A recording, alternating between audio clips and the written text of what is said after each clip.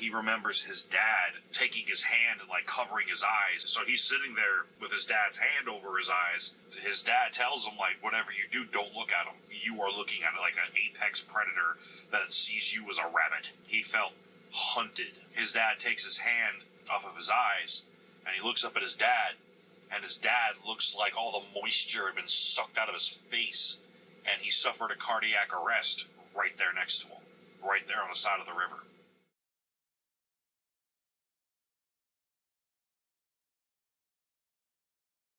So Buddy's telling me the story. Back in, like, the 1800s, early 1800s, there was a guy that lived by a river who was the practitioner of the arts of witchcraft.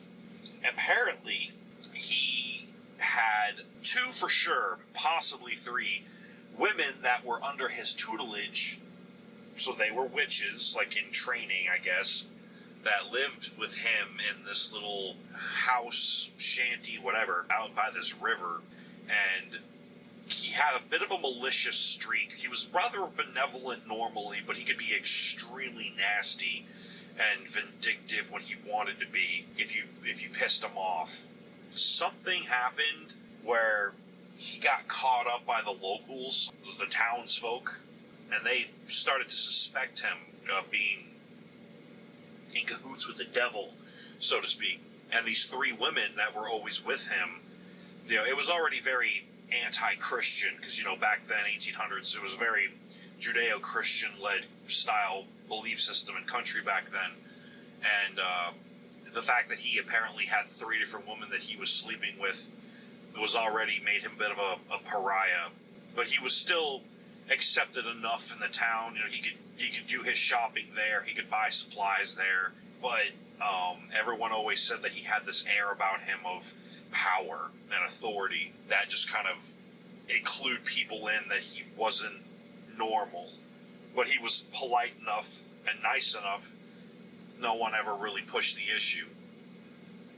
At some point, several children started going missing in the town. They started vanishing, specifically what was suspected to be right by the river, the local river. Now, in reality, these kids were probably playing in the river, didn't realize how strong the current was, and they ended up accidentally drowning or getting lost in the woods. You know, back then, Missouri had plenty of bears and wolves and other things, but they decided to blame it on old boy. So they find his 2 witches in training. They tie them up to the trees by their arms and legs and basically just leave them out there for nature to do its thing, which is probably, in my opinion, worse than being burned at the stake, because it would take you days to die if, you know, wolves or bears didn't get to you first. Just the elements would take you days to die, which is horrible. They never found the Warlock dude, but he came back one day and he realized that his 2 witches in training, he couldn't find them anywhere, and he suspected that the townsfolk might have done something. So he goes to the town. They all, again, grab their torch and pitchforks and they go after him. He apparently did something. It's not really known what exactly he did, but a lot of people died. A lot of men, some women, they all died, like, almost instantaneously. Some people say it was a virus, like a fast-acting virus, that just infected everyone instantly and made them too weak to move. Some people say he poisoned the local water source. No one really knows. Basically, the town got up to go get him as he was approaching the town, and they got there, they confronted him, and, like, a good chunk of people just dropped dead. And he pieced it together that they had found and killed his 2 girls, and he was furious. So, I don't know if he did like a curse on the town kind of thing, because the town eventually grew into a city, which is, as far as I know, is Springfield, Missouri.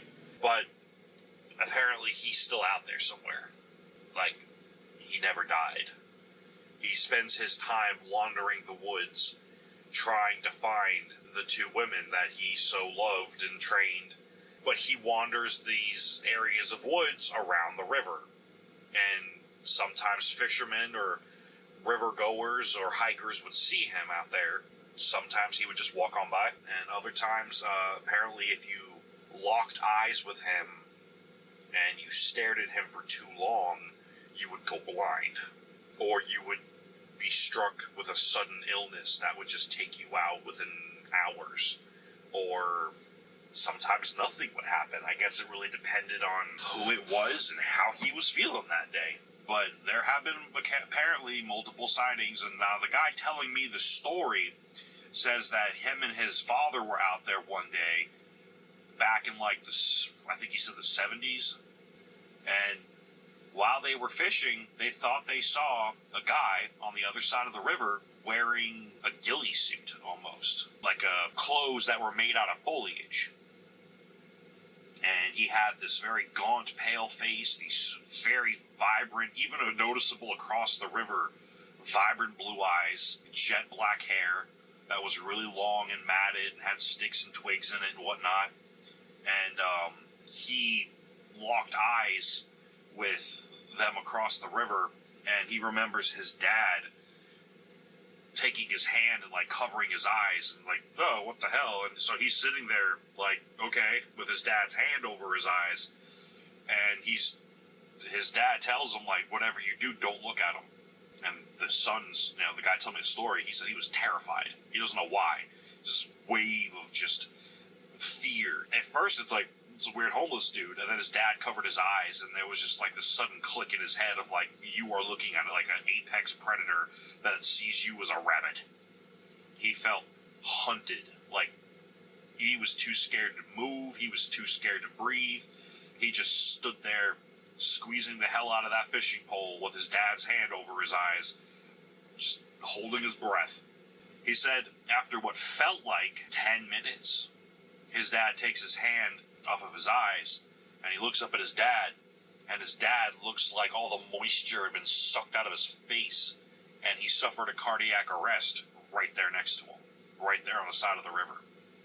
They didn't have cell phones back then, so he drags his dad back to their pickup truck, drags him into the passenger seat, which must have been hard, because at this point he was like 12.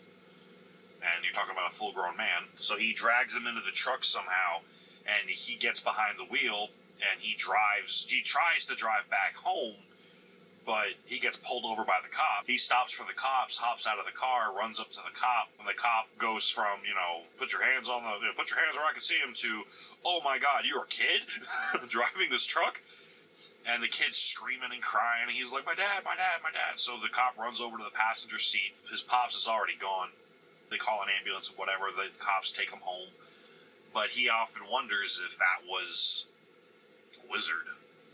I mean, he had heard, his dad had told him stories about it before, and he had heard rumors about it in school and whatnot, but it's this local yokel chit-chat kind of stuff. And I was like, that's a pretty creepy story, that's really creepy. Sorry about your pops.